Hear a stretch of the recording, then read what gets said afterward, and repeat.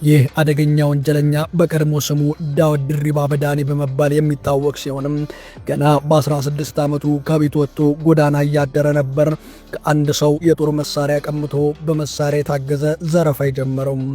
ይህ ሰሞኑ በኢትዮጵያ አየር መንገድ በሽብርና በሲቪል አቪዬሽን ሕግ ጥሰት ወንጀል ተጠርጥረው በቁጥጥር ስር ከዋሉት መካከልም ኤልያስ ድሪባ በሚል ስም የተጠረጠረ ግለሰብ ማንነቱ ለሰሚ ሁሉ አወዛጋቢ ሆኗል።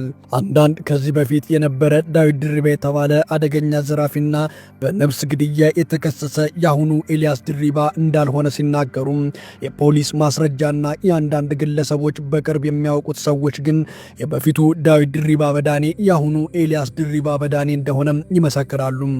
ለመሆኑ ዳዊት ድሪባ ማን ነው? ይህ ግለሰብ መግቢያ ላይ ለመግለጽ እንደሞከር ነው በ16 ዓመቱ ከቤት ወጥቶ መሳሪያ በመቀማት ዝርፊያ የጀመረ ሲሆንም በዚህ ወቅትም በጨካኝነቱና በነፍሰ ገዳይነቱ የሚታወቅ ሲሆን ጥቂቶች ግን በጀብደኝነቱና በጀግንነቱ አይን ይመለከቱታል።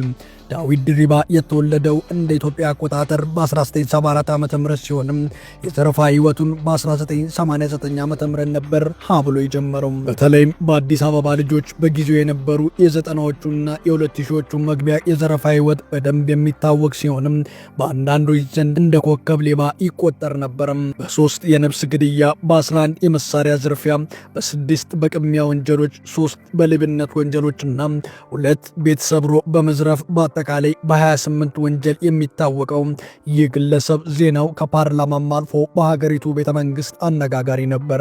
መሳሪያም የታገዘ ዘረፋውን የጀመረው በሚታቦ ፋብሪካ ሲሆንም በዘረፋቸው ትላልቅ ፋብሪካዎች የገደላቸው የጥበቃ ሰራተኞችን ቃል በቃል ለሀብታም የሚቆረቆር ድሃ አልወድም፣ እናንተ የራሳችሁን ኑሮ የምትኖሩ ሳይሆን የሀብታም ኑሮ አዳማቂዎች ናችሁ ብሎ ተኩሶ እንደገደላቸውም ይነገራል። እነዚያም ከአንዳንዶቻቸው ፋብሪካዎች በአጠቃላይ ከ6 ሚሊዮን ብር በላይ ዘርፎ እንደወጣ ይነገርለታል።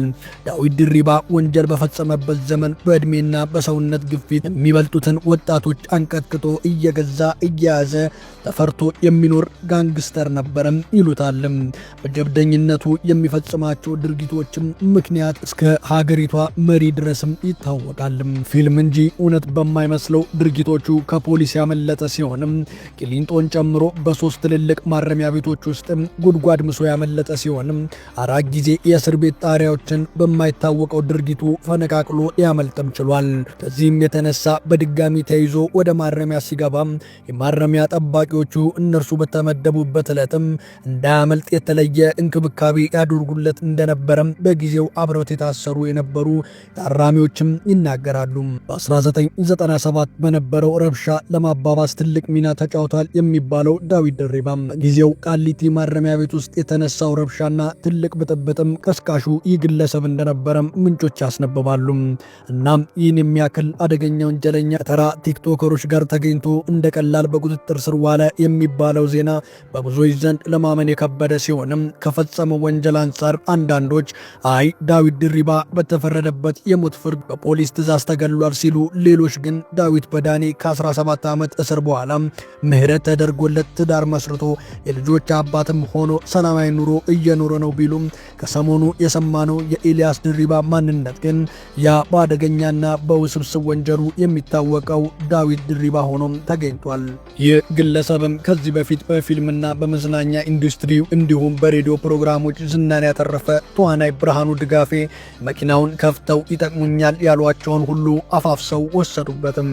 ይህንን ያየ ቅስፈት በሕይወቱ በጣም አሳዛኙ አጋጣሚ ነበርም። በስፋት ከመጽሔት እስከ ሬዲዮ አድናቆትን ያተረፈው በተለይም በሚጋብዛቸው ሙዚቃዎች የአዲስ አበባ ልጆች እየተዝናኑ ገራሚ ትረካዎችንም አድምጠዋል። የደረሰበትን ስርቆት ዝርዝሮችም በማህበራዊ ሚዲያና ለሚያደንቁት እና ለሚያውቁትም ሁሉም ተናገረም። ብዙዎች ማዘናቸውን በኮሜንት ገለጹለትም።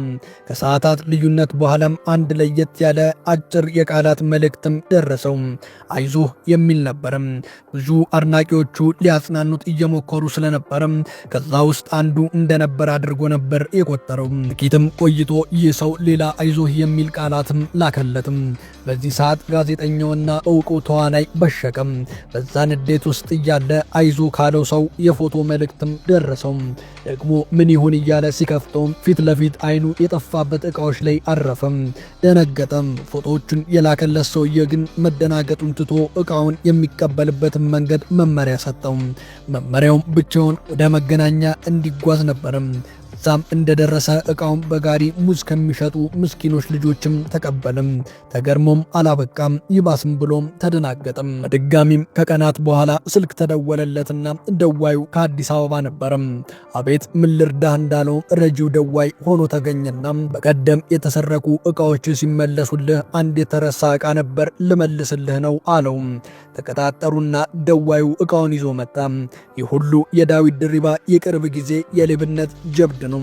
ዳዊት ኑሮን ያደረገው በዱባይ ሲሆንም አዲስ አበባ የተሰረቀውን ዕቃውን ያስመለሰው እዛው ዱባይ ተቀምጦ ነበርም። ዳዊት ድሪባ መች ከእስር ተፈታ የሚለው ነጥብ ጋር ስንመጣ በአንደኛ ወንጀል 10 ዓመት የተፈረደበት ሲሆን በሁለተኛው 25 ዓመት እንዲሁም በሶስተኛው ፍርድ የሞት ቅጣት ነበርም።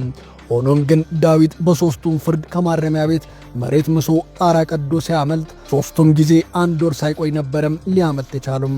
ከዚህም የተነሳ ነበር የማረሚያ ቤት ተረኛ መኮንኖችም በእነርሱ ተራ እንዳያመልጥ ቃል አስገብተውት እንክብካቤ ሲያደርጉለትም የነበረው። ከ1997ቱ ረብሻ ቀስቃሽነት በኋላ በእስር ቤት ብቻው በጥበቃ ማማ ስር እንዲታሰር ተወስኖበት ነበረም የቆየው። በዚህ ተግባሩ የቀድሞ ጠቅላይ ሚኒስትር መለስ ዜናዊ ጭምር ፓርላማ ላይ በእርሱ ዙሪያ የተነጋገሩበት ሰው ነው። ይህ ግለሰብም ያሳለፈው የሌብነትና የወንጀል ታሪክ ብቻ አይደለም የሚገርመው፣ በብዙዎች ዘንድ አነጋጋሪ የሆነው ዕድሜውም ጭምር ነው። ፎቶ ላይ እንደምትመለከቱት ግለሰቡ እንኳን የዛሬ 30 ዓመት በወንጀል ተጠርጥሮ የተያዘ ሰው ሊመስል ይቀርና ገና 20 ዓመት እንኳን የሞሉ አይመስልም። ለዚህም ነው ብዙዎችም የሌቦች አውራ ሼባው ቤቢ ፌስ በማለት የሚጠሩት። መቼም ቢሆን ዳዊት ድሪባን የማያውቅ አዲስ አበባ ልጅ የለም ይላሉ ብዙ የከተማዋ ነዋሪዎችም። ሲቀጥልም አንድ ዝነኛ መረጃ አጣሪ ብዙ ፋይል የያዘ ላፕቶፕ ተሰርቆበትም ለዳዊት ድሪባ ነግሮት ከሌቦቹ ጋር ተደራድሮ አስመልሶለታል። ለዚህም ዝነኛው ሰው የዳዊትን ስም በሬዲዮ ጠርቶም አመስግኖታል።